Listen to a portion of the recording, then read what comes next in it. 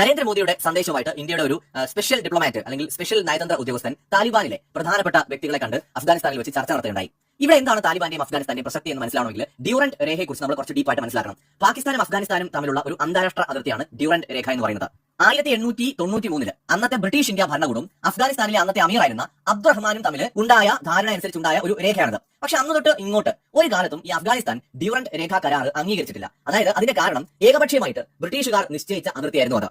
ഈ അതിർത്തി ഏതാണ്ട് 2640 കിലോമീറ്റർ നീളമുള്ള ഒരു വലിയ ബോർഡറാണ് ഡ്യൂറന്റ് ലൈൻ എന്ന് പറയുന്നത്. അതാണ് ഇന്നത്തെ പാകിസ്ഥാന്റെയും അഫ്ഗാനിസ്ഥാന്റെയും അതിർത്തി എന്ന് പറയുന്നത്. ഈ അതിർത്തി ഒരു കാലത്തും അഫ്ഗാൻ ഭരണകൂടങ്ങൾ അംഗീകരിച്ചിട്ടില്ല. ഇന്നത്തെ താലിബാൻ ഭരണകൂടവും അംഗീകരിച്ചിട്ടില്ല. മാത്രമല്ല ഈ ഒരു രേഖയ്ക്ക് അന്താരാഷ്ട്ര അതിർത്തി എന്ന നിലയിലുള്ള സ്ഥാനം ഇന്നേ വരെ കൈവന്നിട്ടില്ല പൂർണ്ണമായിട്ട്.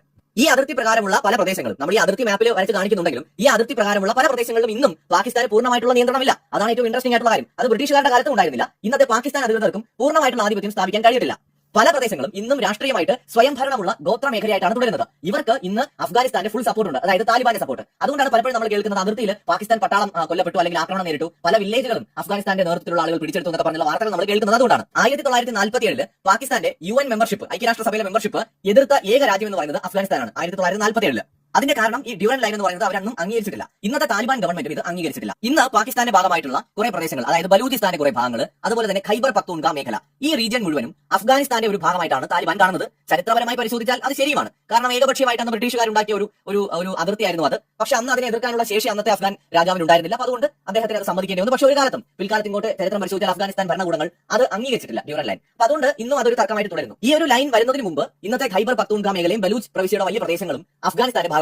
സ്വാതന്ത്ര്യാനന്തരം പാകിസ്ഥാൻ രൂപം കൊണ്ട സമയത്ത് ഈ ഒരു റീജിയണിലുള്ള ഒരുപാട് പേര് ഒരു സ്വതന്ത്ര രാജ്യമാകണം, പഷ്തൂണിസ്ഥാൻ എന്ന് പറയുന്ന പഷ്തൂൺ വംശർക്ക് സ്വാധീനമുള്ള ഒരു രാജ്യമായിട്ട് മാറണം എന്ന ആവശ്യം ഉന്നയിച്ചിരുന്നു. പക്ഷെ അത് നടക്കാതെ പോയി. ബലൂജികൾക്ക് ബലൂചിസ്ഥാൻ വേണമെന്നും പറഞ്ഞിരുന്നു. കൂടുതൽ പേരും പക്ഷേ പാകിസ്ഥാന്റെ ഒപ്പം നിന്നതുകൊണ്ടും അവരെ കയ്യിലെടുക്കാൻ പാകിസ്ഥാൻ കഴിഞ്ഞതുകൊണ്ടും ഈ പഷ്തൂണിസ്ഥാൻ വാദം വന്ന് നിലനിൽക്കാതെ പോയി. അഫ്ഗാനിസ്ഥാൻ അന്ന് പാകിസ്ഥാന്റെ കയ്യിൽ നിന്ന് പിടിച്ചെടുക്കാനുള്ള ഒരു ശേഷി അപ്പോൾ അവർക്കും ഉണ്ടായിരുന്നില്ല. അവർ ക്ലെയിം ചെയ്തിരുന്നുവെങ്കിലും ഫർദർ ഡെവലപ്മെന്റ് ഒന്നും അതുമായി ബന്ധപ്പെട്ട് ഉണ്ടായില്ല. അപ്പൊ ഇന്നിപ്പോ രണ്ട് രീതിയിലാണ് കാര്യങ്ങൾ നടക്കുന്നത്. ഒന്ന്, ബലൂജ് വംശജർ ബലൂജികൾക്കായിട്ടുള്ള ഒരു രാജ്യം ബലൂചിസ്ഥാൻ വേണമെന്ന് ആവശ്യപ്പെടുന്നു. അപ്പൊ അവരുടെ പോപ്പുലേഷൻ വളരെ കുറവാണ്. ബലൂചിസ്ഥാൻ എന്ന് പറയുന്ന ഏരിയ വളരെ വലുതാണ്. അപ്പൊ അതുകൊണ്ട് അതിലെ മുഴുവൻ ഭാഗങ്ങളും അവർക്ക് വേണമെന്ന് അവർ പറയുന്നില്ല. ബലൂചിസ്ഥാന്റെ പകുതിയോളം പ്രദേശങ്ങളെങ്കിലും അവർക്ക് കിട്ടിയാൽ സ്വന്തം രാജ്യം ഉണ്ടാക്കാൻ അവർ തയ്യാറാണ്. എന്നാൽ അവശേഷിക്കുന്ന ഭാഗങ്ങളും ഖൈബർ പക്തൂൺഖ മേഖലയും അഫ്ഗാനിസ്ഥാൻ നോട്ടമിട്ടിരിക്കുകയാണ്. എന്ന് വെച്ചാൽ താലിബാൻ നോട്ടമിട്ടിരിക്കുകയാണ്. ഡ്യൂറന്റ് ലൈൻ എന്ന് പറയുന്നത്, ഇന്നത്തെ അതിർത്തി എന്ന് പറയുന്നത് ശരിക്കും യഥാർത്ഥത്തിലുള്ളതല്ല എന്നാണ് താലിബാൻ പറയുന്നത്. അവിടെയാണ് ഇന്ത്യ താലിബാനുമായി ചർച്ച നടത്തിയതിന്റെ പ്രസക്തി എന്ന് പറയുന്നത്. എന്ന് വെച്ചാൽ ഇന്ത്യ പാകിസ്ഥാൻ യുദ്ധം സംഭവിക്കുകയാണെങ്കിൽ അല്ലെങ്കിൽ ഒരു സൈനികമായ ഒരു നീക്കം ഉണ്ടാവുകയും അങ്ങോട്ടും ഇങ്ങോട്ടും ഒരു ഫൈറ്റ് നടക്കുകയാണെന്ന് കരുതുക. ആ സമയത്ത് അഫ്ഗാനിസ്ഥാന് ആ അതിർത്തിയിൽ, അവരുടെ അതിർത്തിയിൽ നിന്ന് പാകിസ്ഥാന്റെ ഖൈബർ പക്തൂൺഖ മേഖലയിലേക്ക് കൂടുതൽ നീക്കം നടത്താൻ സാധിക്കുമെന്നതാണ് ഇതിന്റെ അവർക്കുള്ള ഒരു ഓപ്പർച്യൂണിറ്റി. എന്ന് വെച്ചാൽ ഖൈബർ പക്തൂൺഖ മേഖലയും ബലൂചിസ്ഥാനും